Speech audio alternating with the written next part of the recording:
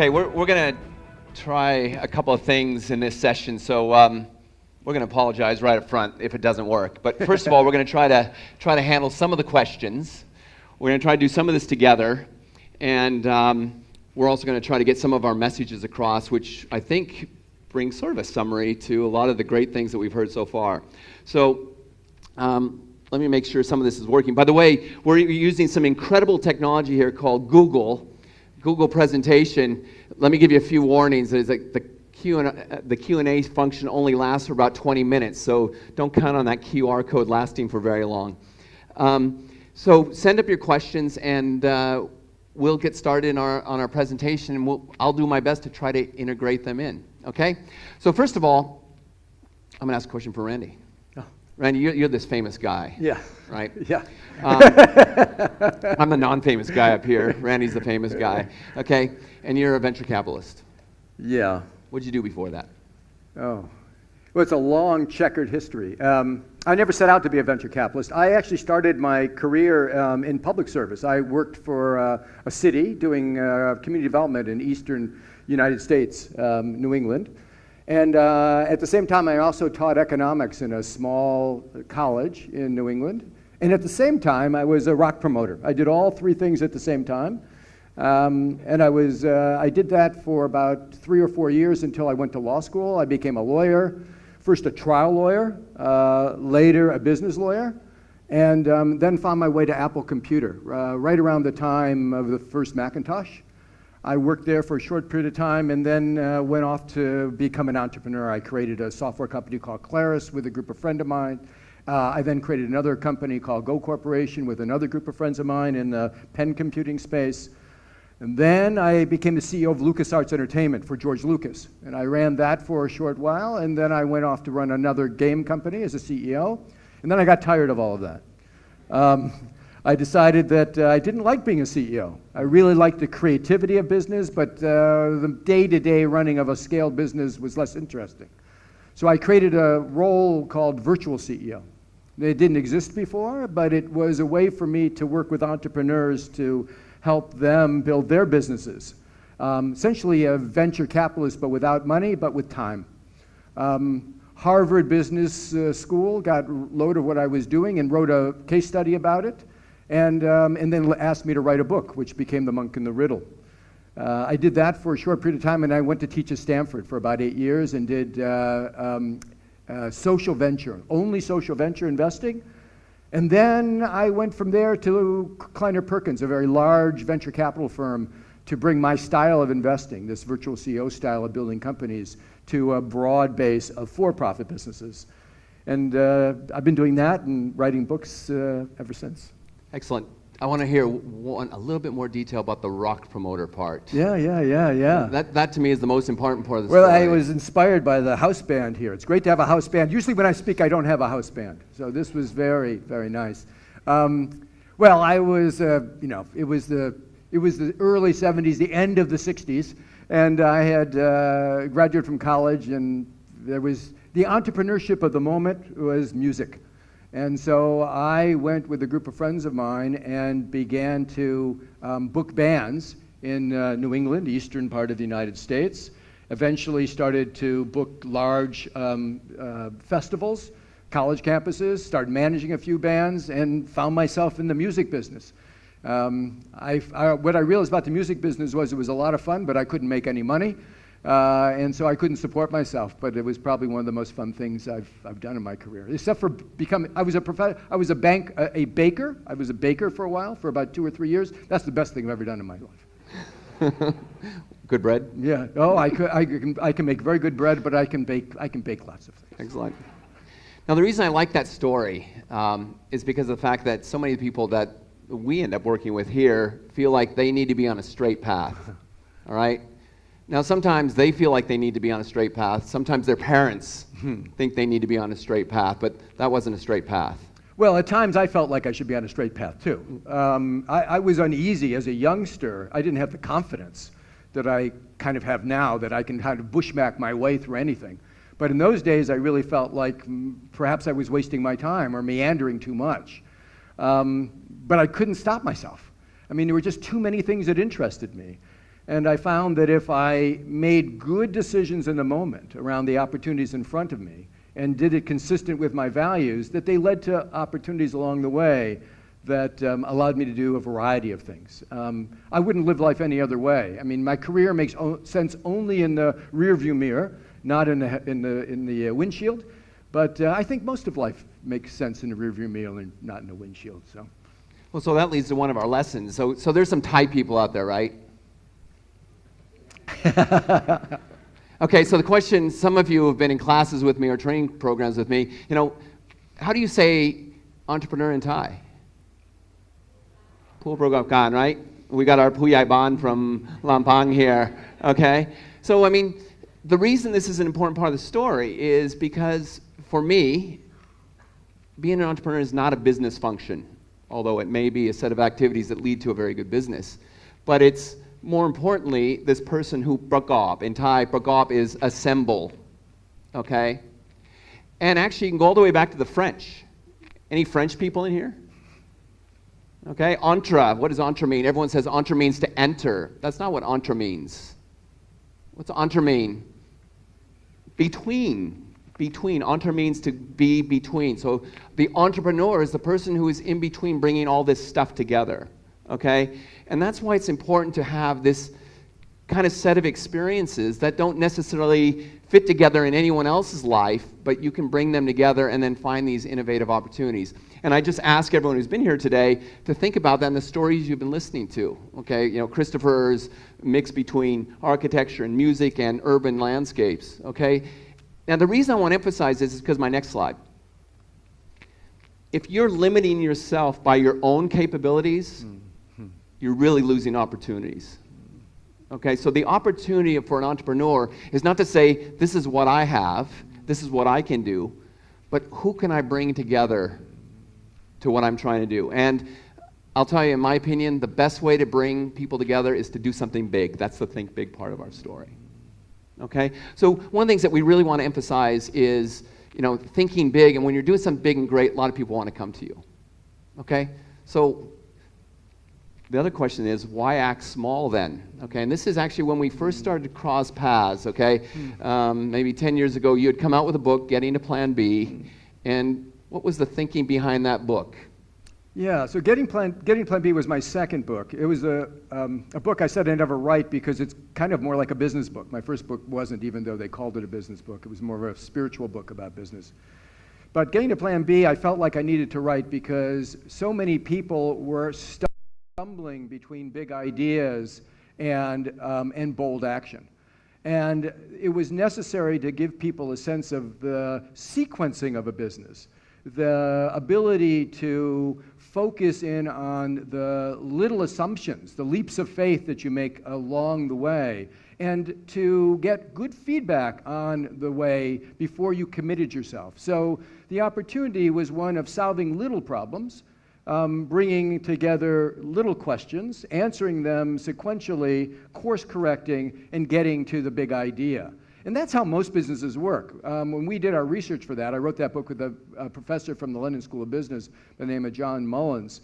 When we did our research for that, what we found was that most successful companies did not succeed with their original plan.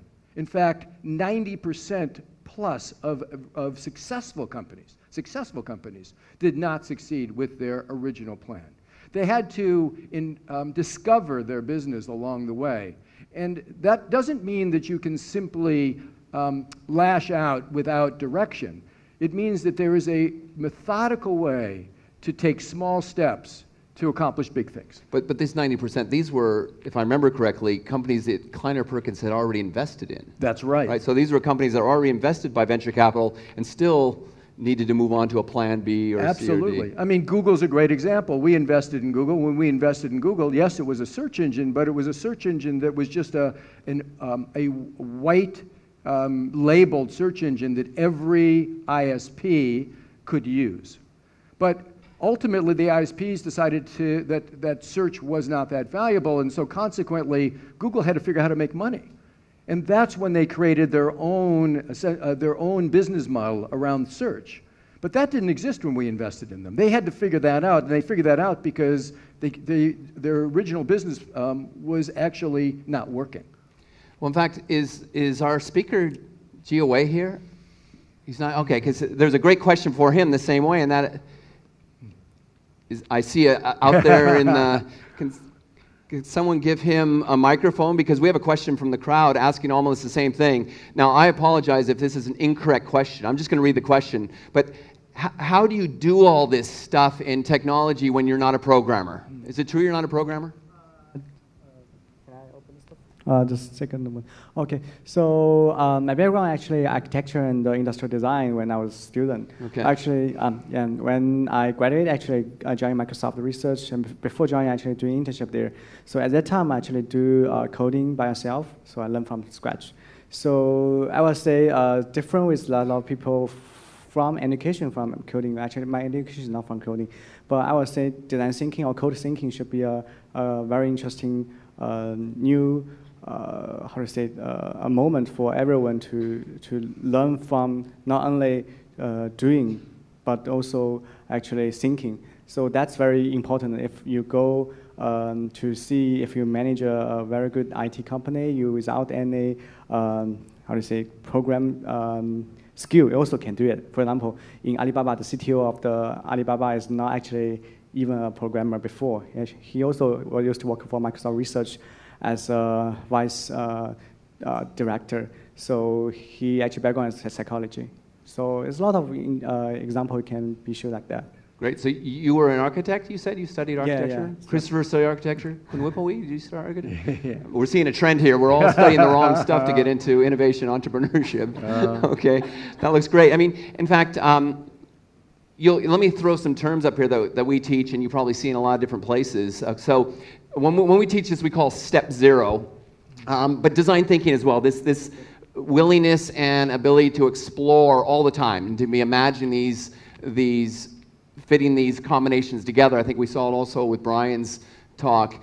The key here is, and I think architects probably get a lot of training in this, but for the rest of us, we kind of have to learn on our own. So if you're out there looking for some stuff, look up design thinking if you haven't already been exposed to that kind of thing. And we say, anyone who's spent any time with me hears me say, explore forever. You know, be imagining all the time these different possibilities. Because to go back to a term that I remember Randy telling me the first time I heard, that leap of faith.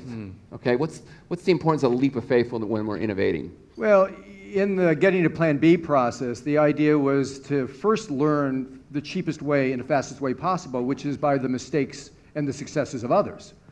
But once you've done that, you'll find that there's something that needs to be answered that hasn't been answered before that's unique to your business. And that's the big leap of faith that you're taking. That's where you need to focus your time and attention. That's where you need to remove risk as quickly as possible.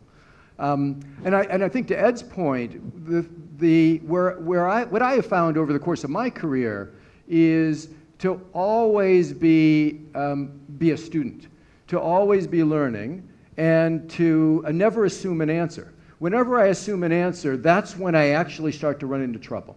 Whenever I'm open to exploring and experimenting to find an answer, that's when I usually find surprises, very, very positive surprises for my business. So this is another important lesson, I think, and we've got people here from all over the region. So, and I've done enough work, and a number of us have done enough work in countries across the region to know there are some similar themes, and that is we need to think bigger. As I mentioned before, I believe that when we're thinking bigger, we attract a lot of interesting people to what we're doing, but we also need to test. Okay, so this is kind of why we use this slogan both for the symposium and also for the work we do: think big, act small. Now, a lot of times I'll tell people, think big, act small, and they say, oh, no, you're selling us short. You know, we're going to think big, act big, all right? And there are some organizations that do that, but, you know, let me show you an example that I kind of use on that. Just, you know, I applaud big thinking, you know, like you might see in this picture here. Bold experiments.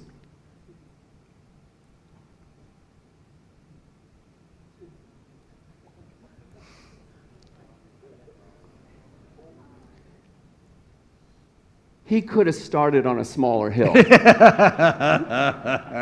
Right? I mean, the boldness was great, but you know, he could have started on a smaller hill. Now you saw he crawled out of it, so it was good.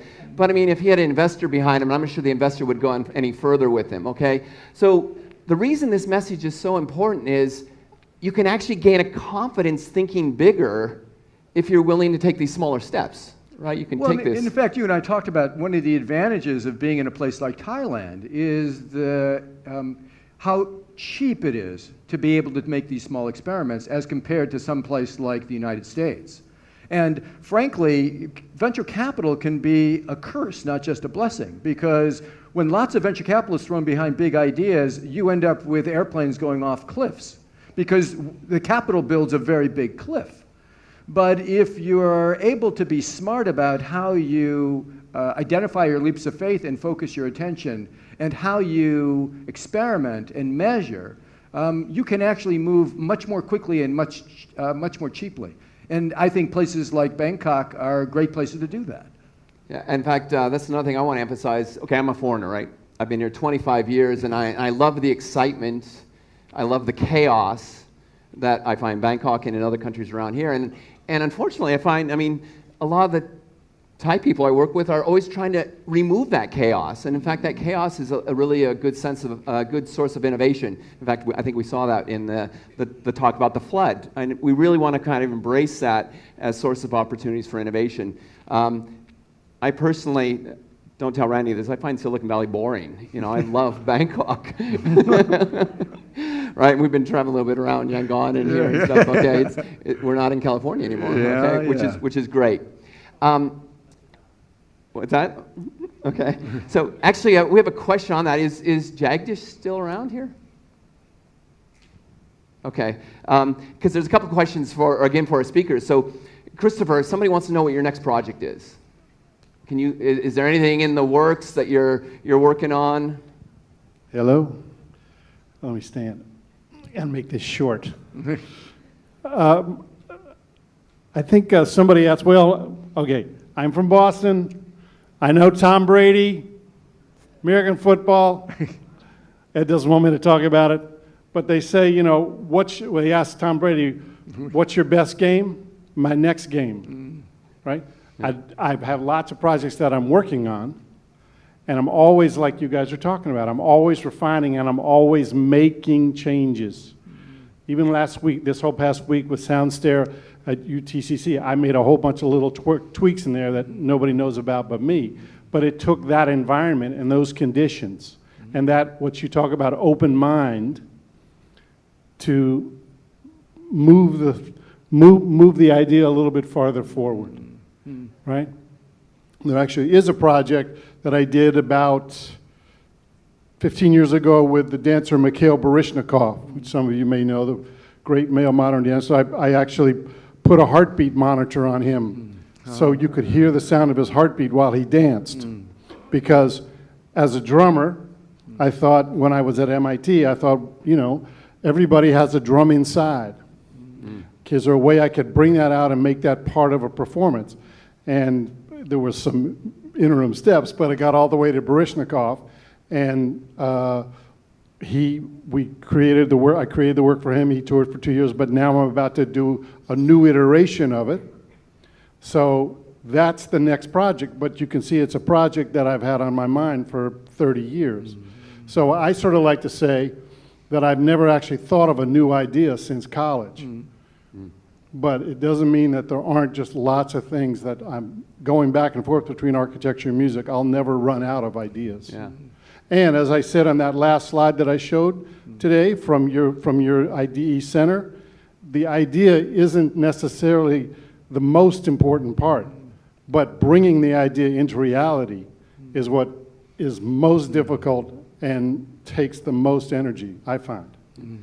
By the way, if you want to build stuff, Christopher lives in a playground, which is absolutely a self-built playground, which is incredible. It has a huge sound theater, which he tells me is soundproof, so his kids can play loud music without waking him up, and machine shops, and you've got a battery-powered Porsche in the works and stuff. Just incredible playground. So he's always exploring. Yeah. You have to send it through the QR code if you want to ask any questions. Yeah, what about a project at UTCC? There you go. Okay, great, excellent. Somebody anonymously is asking, I don't know if I'm supposed to ask them or ask someone else. They say, how do I train myself to spot the opportunity? So whoever you are, tell us. How do I train myself to spot an opportunity? How do you miss them? You know, I taught at Stanford for many, many years, and I taught entrepreneurship with a fellow by the name Tom Byers, who ran the program, who's a good friend of Ed's as well. And my goal in teaching entrepreneurship at Stanford was never to help them build a business. Never. It was never important to me to help them build a business. I could have cared less if they built a business. What I cared about is whether they could spot opportunities in their lives, in their careers, and whether they could address those opportunities regardless of limited resources. I mean, that was my goal, was to create a way of seeing the world as full of opportunities and where limited resources weren't constraints. Because that, to me, is what entrepreneurship really is. Yeah, well, I'll tell you one way you keep yourself from spotting opportunity, and it's this dangerous thing that people talk about in innovation all the time called the S-curve. You guys know what an S-curve is? I mean, it's a curve shaped like an S, right? And the idea is that when it's a brand new idea, it's kind of starting out gradually, and then it gets steeper, and then eventually as it kind of plateaus at the end. So it's got this S. Now, there must be some training people out there in the world who keep telling people, find the next S-curve. Find the next S-curve. In fact, there's probably people in the room who've maybe even trained it or heard it in a training program. Find the next S-curve. Like you look out the world and there's a red one there. I don't like that color. There's a fancy green one over there. Like you're choosing this S-curve. But the problem is, once you see the whole S, the opportunity's gone. What does an S-curve look like at the start of an opportunity? A dot. A dot. Exactly, a dot. Now, everyone would love to hear that dot's going to become an incredible S-curve and I'm going to be first on it. Okay? But you can see that's impossible. And so what you need to do is adopt a mindset that these guys in front have been adopting. That is, they see something and try it. Brian, what'd you call it? What'd you say? Just start something. What was your word? Small deeds done, right? You start at that dot. And if you enjoy working at that dot, like all of these speakers have, you've lost nothing by doing the dot. And the dot may lead to a second dot, or a third dot, or 100th dot. And if it doesn't, you've enjoyed yourself. And if it was a really cool dot, we'll bring you out to speak next year. Okay?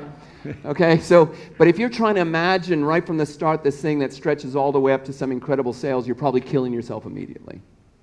I think that's right. I mean, what I look for is a big problem to solve. I don't really invest in businesses. I invest in people and problems. Because at the time that I invest, there is no business. And nobody can tell whether it's going to be a good business or not. And what I can tell you for sure is we're one of the most successful venture capital firms in the world, and the majority of our investments fail. And the majority of our entrepreneurs, the vast majority, I mean more than 70% of our investments will fail to return more than 1x of the amount that we put in. So basically, not give us back our money. That's 70%. And the reality is that the economics of our business allows us to take bold risks. So we're able to live off the other 10 to 20%, which really pay for success. But what's important about this is to understand that the risk you're taking, the risk of failure, is one that has sort of two sides to it. If you're daunted by failure, frankly, don't start a business. But if you are compelled by the opportunity and feel like failure is worth the risk, then you're on an adventure. Those are the companies I invest in. Those are the people I invest in. Just to give you a little bit of background, if you're interested in learning more, first of all, Randy's book, Getting to Plan B, that's really what started us talking with each other. When was it published? That was in 2006, I think. 2006. And what motivated, I don't know what motivated the book, I'm not going to speak for you, but there was something happening around that time. There's kind of this aftermath of the internet bubble. Some some people in the room may not even know what the internet bubble was because you They were moved born right on to around that. apps. You moved on to apps, but there used to be this thing called the internet, okay? And, 98, 99, everyone had this belief that every single business that was out there was going to switch over to the internet, and there'd be no other building-type businesses at all. And so people were rushing to make internet versions of every business that you can imagine, and of course, huge amounts of money were lost, and the bubble burst, and that was that. And then in the aftermath of that, there were a lot of conversations of exactly what we've been talking about today. It's not a straight path, okay? How the successful companies and people find themselves on this path where they try something, it doesn't quite work, they move another way, and how does that work? And that's why I was drawn by getting to Plan B. And at UTCC, we use another methodology which kind of builds on the same sort of thing called the 24 steps. But all of these things emphasize the fact that you try to go out, find a person, a group of people who have a problem, and then begin to try to find ways to help that person, and then grow from there. And really, it starts with finding that one person who has the problem that needs you the most. And so that's where we need to go. Randy, we have a couple of slides. I think we have 4 screenshots of 4 companies that you're working in that are actually interesting for people in this kind of the world. So I'm gonna put each of those up, and feel free to explain them in whatever level you want to explain them in. Oh, Farmers Business Network. So a couple of years ago, I'm a contrarian investor. I hate trends, and I hate the sort of lemming effect that you find amongst investors. So I'm always trying to create a trend, not to follow one. And about 4 years ago, I began to invest in food and agriculture. In Silicon Valley, that just wasn't being done. The idea was, how could we apply technology to food and agriculture as one of the biggest industries on the planet to be able to enhance the success of farming and farmers, as well as to improve the food supply and its distribution and availability. And one of the first companies that we incubated, I incubated this with a partner of mine who went off to run it, was Farmers Business Network. And Farmers Business Network is based upon the idea of building a co-op for farmers' data. So in the US, every device that's now being sold, whether it's a tractor or a weather vane, now is collecting data for farmers. But most of that data is actually going to the manufacturer of the device, not going to the farmer, and the farmers aren't equipped to make use of it. So what we created was a company that allowed farmers to upload their data, and for essentially for free, a very small sum, and then we manage that data and begin to report back analytics to the farmers that allow them to make the best decisions around when to plant, what seed to plant, how much fertilizer to put on, when to irrigate, and to compare their yields against others so that they can see whether they're doing well or not. And that business then spins up into helping them to buy the inputs, to sell the crop. We actually manage that for them. We manage capital to allow them to hedge their crop harvests. So it's a really great business. In our first year of business, we did $40 million worth of revenue, first year. And it's growing very, very rapidly. It will be a global company. And right now it's focused on the US largely in row crops. But nobody in Silicon Valley was investing in agriculture when we did this. So I'm very proud of that trend. I actually have a couple of companies in this space now. Great. By the way, obviously that is something that's big for us in Thailand, so lots of opportunities in that. This was the first company I invested in, essentially with the same partner in the ag space. This is a company that owns germplasm. What they do is they, unlike Monsanto, who does genetically modified products and protects it by IP, this is a company that actually creates hybrid germplasm of produce, not row crops, on a global basis, and moves that germplasm around so that a melon that is growing really well in Lebanon can be grown here in Thailand. And in fact, they actually have experimental plots here in Thailand, as well as in China, in Amsterdam, Turkey, and the US. And this company is also doing extremely well, just brought in a very large investment from Singapore, and is also, I think they're now doing about $60 million worth of revenue in this global seed business, which I'm, again, very, very proud of because the quality of these products is terrific, and the ability to move them globally is very important to the business. Before we go on to the next one, there's a question here that I want to ask, that somebody wants to ask you. And this is one of the few bold people who was willing to put their name up. Okay? So I want to thank Kun Pansa Rungpitia. Who is that? Ah. Can you come up here? Uh-oh. Yes. This must be a heck of a question.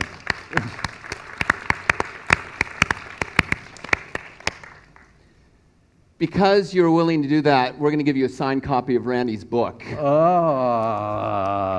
Thank you. Randy, I'll let you give the book to him. Here, enjoy it. So thank you. Yeah. Second copy. Oh, is it?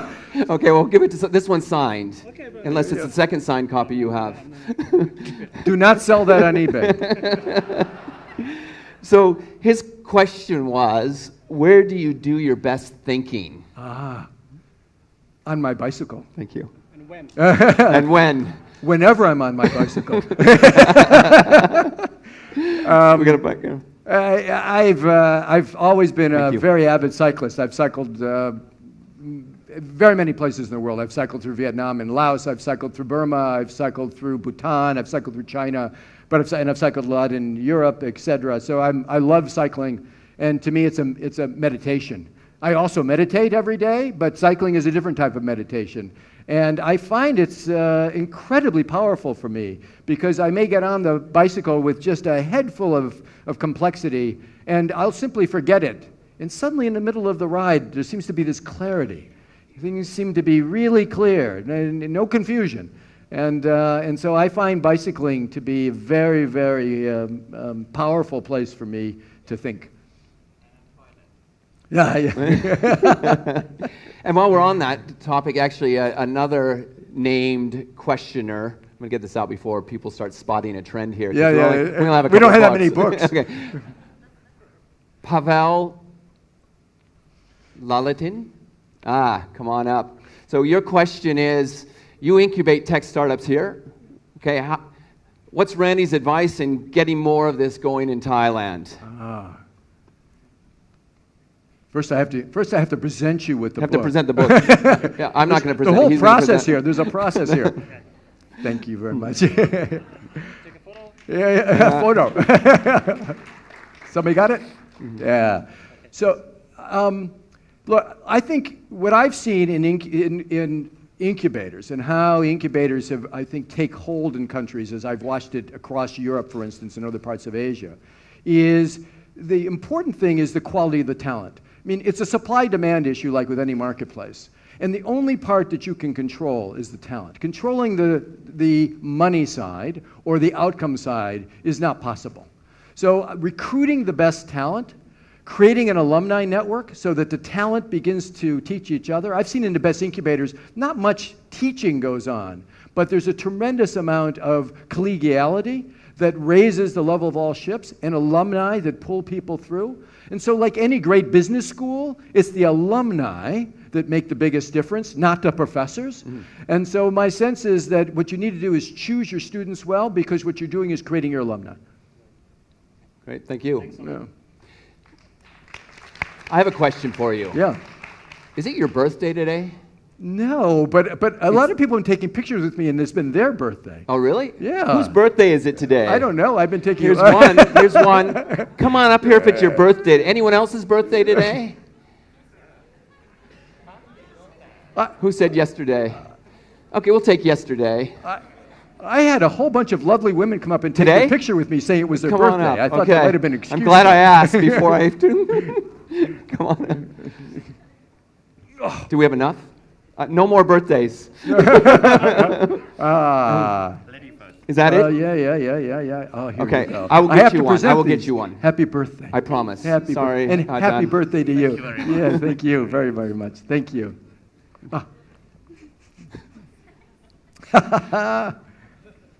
Thank you. Thank you very much. Ajahn Anusorn. Sorry, one more. Come on up here.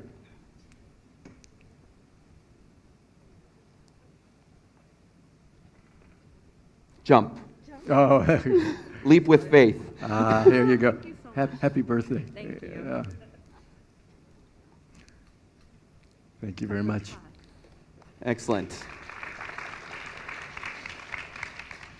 Back to the companies. Oh, Juicero, this is an interesting one. This is a company that is doing for fresh produce what Keurig and Nespresso did for coffee.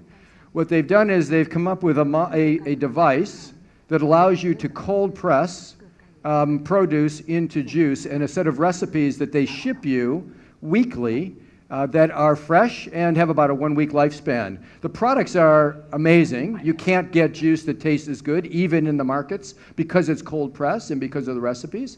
And the idea is, even though this looks like a piece of hardware, the press, what it really is a supply chain business. What we're trying to do is figure out how to get fresh produce into people's homes and into people's lives in a convenient way.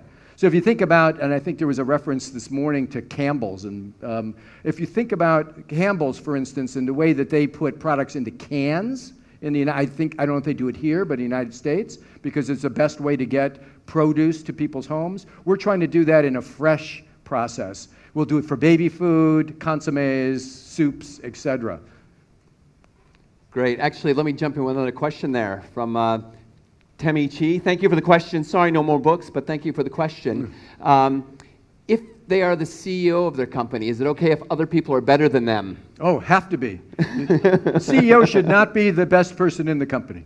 Exactly. The CEO is an enabler for the best people to do the greatest work. I wrote a piece a couple of years ago for the Harvard Business Review where I challenged Harvard Business School, because I felt that Harvard Business School and their model of education was to train bosses. And in the old model of organizations where people were the means of production, bosses made sense because bosses wanted people to simply produce the things that they were designing through the process that they put together. But that's not the way it happens anymore. People are no longer the means of production, they're the means of creation. And the boss has a different role. It no longer is the MBA the boss. Their job is to remove obstacles and enable the people who are doing the creating to do their jobs better. That's the role of management in these new companies. I call that minimally invasive management. People who don't get in the way, but enable the creative people to do their work. I'll answer the question from my own personal experience. I have 4 companies in Thailand. The reason I'm here is because they run better without me. Okay, simple as that. A couple of questions that kind of talk about, bridge the steps beyond startups. How do you see the intersection between companies, big companies, and startups? And then we're going to take another level. What about the macro level of the country? A question from that. What about the macro? So looking at a couple of level of orbits beyond the startup, a corporation, and then the macro level of the company. The country. How do you see those fitting together? Yeah, so large companies come to me and my firm all the time to figure out how to innovate, because they see us investing in innovative companies, so they think that somehow they can learn from Silicon Valley. And their goal is to take these innovative practices that they read about in Getting to Plan B or Lean Startup or whatever, and bring them into their companies. But that's a fundamentally flawed idea. And the reason is this. What I told you about my business is that 70% of the companies will fail. In a large company, if you fail, you no longer have the opportunity to advance. Large companies can't afford to have 70% of their projects fail. They can't afford disruptive innovation. That's not to say they're not innovating. They're always making their products better. They're always trying to figure out how to please their customer more. But disruption is not their business. In fact, it's the exact opposite of their business. And so I try to coach large businesses to figure out how to acquire and enable innovative companies rather than to try to actually mimic them inside, because I don't believe that big companies offer the appropriate culture to disrupt their own business as well as industries. Let's take care of the one more company before I forget it, okay? Oh, yeah. Beyond Meat. So, well, one of the biggest problems on the planet, of course, is the environment. And one of the biggest problems in the environment is meat. pigs, beef, lamb, they consume a tremendous amount of water and protein, and they actually excrete a tremendous amount of waste. It's one of the least efficient ways for us to nourish ourselves. And so in the US, we started a company called Beyond Meat to create meat substitutes that would allow people not to become vegetarians, but to begin to substitute meat, these sorts of products instead of meat into their diets on a regular basis, to begin to cut down on the carbon footprint of their diet. And this company is also doing extremely well. I'm very proud of the products. They're very tasty. I'm a pescatarian, mostly a vegetarian. I never eat meat. I've never eaten meat. So these products are not products that I necessarily designed for myself. But it's wonderful to see that actual meat eaters are beginning to substitute this for meat in their diets. Great. So we wanted to show a couple examples of the sort of companies you're working with now, and I really wanted to emphasize it's not all about apps. Right? Yeah. We sometimes have this feeling that the apps are the only innovative opportunity in the world right now. I want to take it back to the last question. So we talked about the corporate part. What about the macro policy level of the country? Yeah. Well, it's interesting because everybody looks to the U.S. as sort of an innovation center. But I want to be very frank with you. Silicon Valley is a unique place in the United States. Yes, there are other innovation centers in the United States. Boston is one, New York, LA. But if you look at what's really going on in the United States in terms of innovation, it's really Silicon Valley. It dominates. And it dominates not in its proclivity to start new ventures and the amount of capital, but in its boldness and in the success rate of the companies that are coming out of there. And so when you look at a country like the US, you can't simply judge yourself by what's going on in Silicon Valley. You have to think beyond that. And I think the reason that the US is so good at innovation is threefold. The first is that it has a very large immigrant population. It always has. Up until now. I'd say the scariest thing right now to me about the new administration is that if, in fact, we were to cut off immigration in the United States, we'd lose our competitive advantage. Immigrants are the competitive advantage of the United States. It's the pluralism that makes the United States so successful, because that creates a very rich medium for exchange of ideas. And as Christopher said, there are no new ideas. There's only the synthesis of ideas that are out there into new products and experiences for people as technologies and other opportunities become ripe.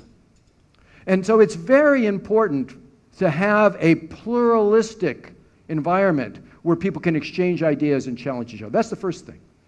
The second thing is the U.S. measures its education all the time and feels like it's falling behind in math to the Chinese, it's falling behind in languages to the Europeans. Frankly, they all covet what the U.S. has, which is an education system that allows people to question. Because rather than having a rote system where people can become very good at math or very good at languages, the U.S. has a system where people can meander, ask questions, challenge the teacher, challenge ideas. And this, I think, is also one of the critical elements of why the U.S. innovation culture is so successful. Because it has an education system that questions authority. The third is it has a culture. It has a culture that is very forgiving of failure. Now, Silicon Valley is, I think, extreme in this regard. But nevertheless, it is possible to fail in the United States, get back up and do it again. You're not stigmatized. Your family isn't stigmatized. You're not forced to go into debtor's prison. This doesn't happen in the U.S. You fail, you get up, you brush yourself off, you do it again, you learn from failure. Quick, cheap failures. The quicker, the cheaper, the better. I think these three things are what make the U.S. a very innovative culture. And I think that these things can be incorporated into any nation's culture, but it has to be very deliberate. So I love that answer, except for when you were talking about questioning authority, my boss was playing line and didn't hear it, but that's okay. Another follow-up question from Quinn Crick. He follows directions well, though, doesn't he? No. So a follow-up question from Quinn Grickguy from the Thai Chamber of Commerce is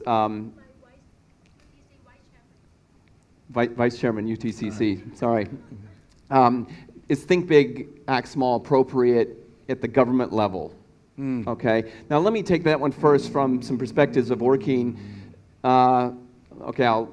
Mostly Ministry of Science and Technology. I have a lot of friends here. We've fought the system together for about 10 years, haven't we? Okay. I think we need more of it. To be honest, I'll speak very straight. I think most government policies in Thailand, maybe I don't know any other governments actually, except Thailand's government, are too big.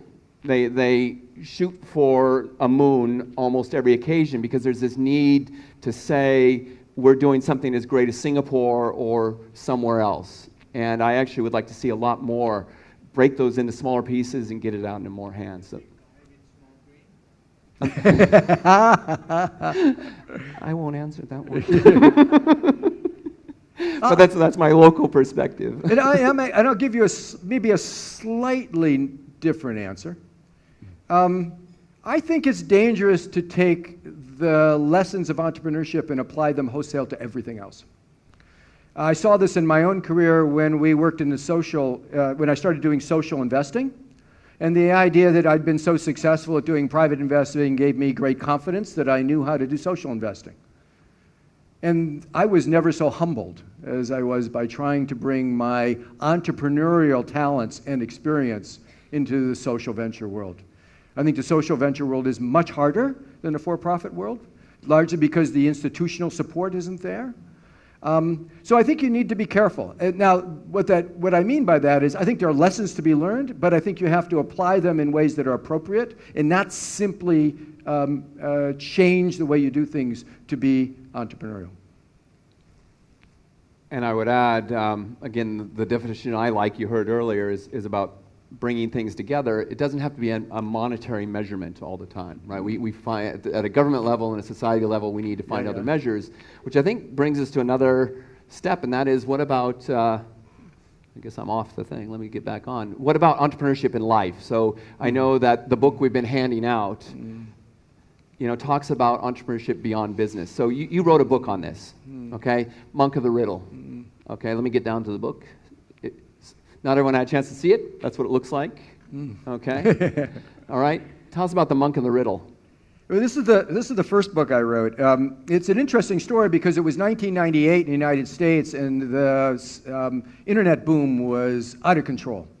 Everybody was successful. Companies were being launched, taken public. People were becoming minted millionaires and billionaires overnight. And I was depressed. I was depressed not because I wasn't making a lot of money. I was depressed because the way I was making the money. These companies weren't creating any value. They were opportunistic. They were taking advantage of the moment in the marketplace to simply go out and put a stamp on themselves, make their money, and disappear. And this was very depressing to me because I love entrepreneurs. Entrepreneurs are heroes to me. They're people that take a risk to change the world.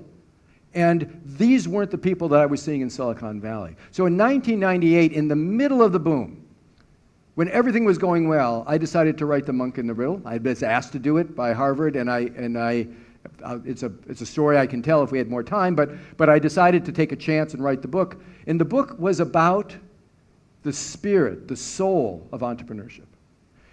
It was not about how to make money. It was instead about how to create value. And I lamented what I saw as the loss of the pure creative vision of entrepreneurship. Now, what's interesting about it is, when I wrote the book, everybody told me I was crazy, everything was going well, and I was not the right person to say that the emperor had no clothes. I stopped investing in '99. Wrote the book. In 2000, March of 2000, the market crashed.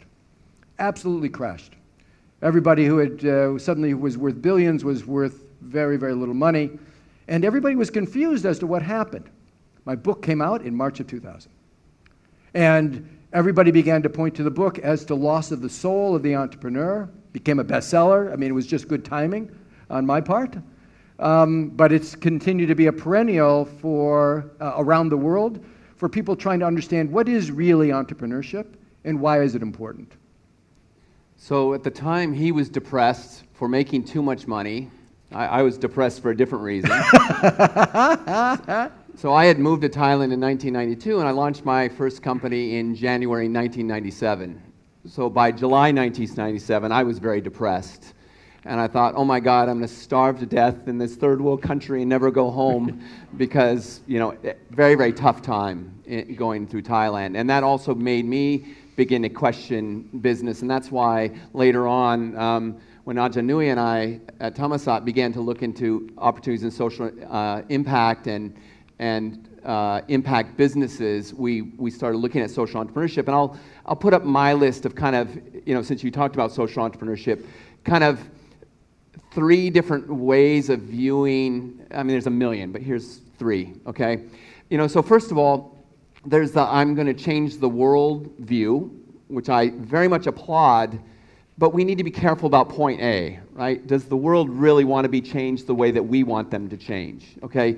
Sometimes we get stuck into our own vision and we don't really know if the world wants that vision. So just like we're talking about think big, act small, experimenting in a regular business that we want to start up and grow, I think we have the same opportunity to make sure our value is right in a social enterprise.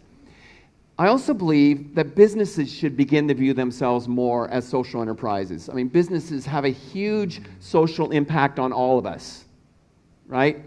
We spend a lot of our time in businesses, in our work. We end up interacting with most of the people that we work with more than anyone else. And, so businesses are social enterprises. They may not be always creating positive social value, but they have tremendous social impact. So there's an opportunity for business to be better social enterprise just by recognizing all the people they take care of, including their employees and the people living in their community. And then the third one, which I think is very, very important for the world we're living in. We can joke about the U.S. and cry about the U.S., but one of the problems in the world today is the world is seeking simpler solutions, 140 character explanations of stuff, and yet it's a much more complex world, right? So somehow or another, we need to figure out how to embrace this complexity and be willing to really talk about it rather than thinking we're going to get the solution in 140 characters, okay? Now, there's one other question that came up here, which I think fits with this kind of life balance of entrepreneurship. Somebody asked, and I'll check if they put their name up there, they said, what if I'm an introvert? Oh. Can I be an entrepreneur? So, believe it or not, I'm an introvert. And so am I, actually. That's not a joke. Actually, I am an introvert. And I think that the definition of introvert is pretty interesting. Is where do you get your energy from? If you get it doesn't mean that you're not social or not capable of being social. It means that fundamentally, if after being social you're exhausted, which I will be after this, you're an introvert. If after being social like this, you're just energized and raring for more, you're an extrovert. It's a pretty simple test, actually. But what a lot of times what people think of when they say they're an introvert is they're kind of shy, that they are reticent. And I think that's simply a skill set. I think you can learn to be more expressive. You can learn to be to extend yourself more. And you can do it in your own style. Everybody doesn't have to have the same style. I don't believe there's a winning style. I do believe that you need to be able to communicate well. You need to be able to energize other people in order to be successful as an entrepreneur. But you can do that in a quiet way, or you can do that in a loud way. You can do that in a social way, or you can do that in a personal way. So I wouldn't be worried if you feel that you're an introvert, that you are maybe shy. I think that you can learn skills to make yourself more successful in being able to communicate and lead others. Certainly one of the things I love about working in this part of the world is you know, when I am in the Bay Area, it seems like everyone's pitching to me. That's the way they talk normally. And I prefer a kind of normal conversation. So I don't think you need to be at that pitch mode all the time. You know, so, you know, introvert or extrovert, it's really how you put things together. Okay?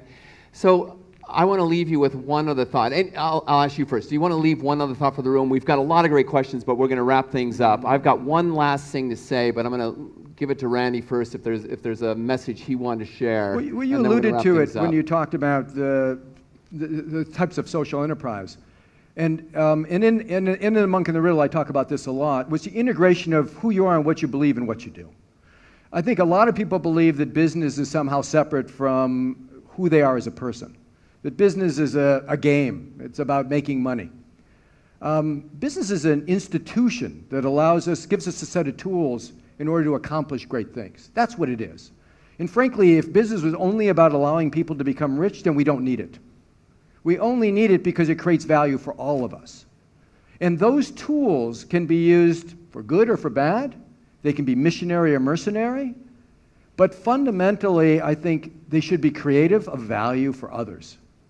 And this idea of integrating who we are and what we believe is critical to navigating that creative process. We shouldn't ever go against our principles in order to make a dollar. Yeah, we shouldn't ever try to take advantage of others in order to be successful in business. It's not necessary. It is possible to create value without forcing others to fail or extracting value from others or taking advantage of customers. And so I think we need to bring our values and principles to what we do. It's interesting to say that in a place like Thailand, because I think in this culture there is, and it probably has to do with the Buddhist ambience of this place, I think it's kind of natural in Thailand to think that way. It's not natural to necessarily think that way in a hyper-dynamic market, a Darwinian market like the United States or Europe or China. And so I think Thailand has a lot to teach the rest of the world about how to do business. Before I thank Randy, and thank you. So in a second, the MC is going to come up and we're going to give you a final thank you, but I just have one other thing to say, which is going to disrupt the room a little bit. There's one more signed copy underneath somebody's chair. Oh. Thank you very much. Thank you, Randy.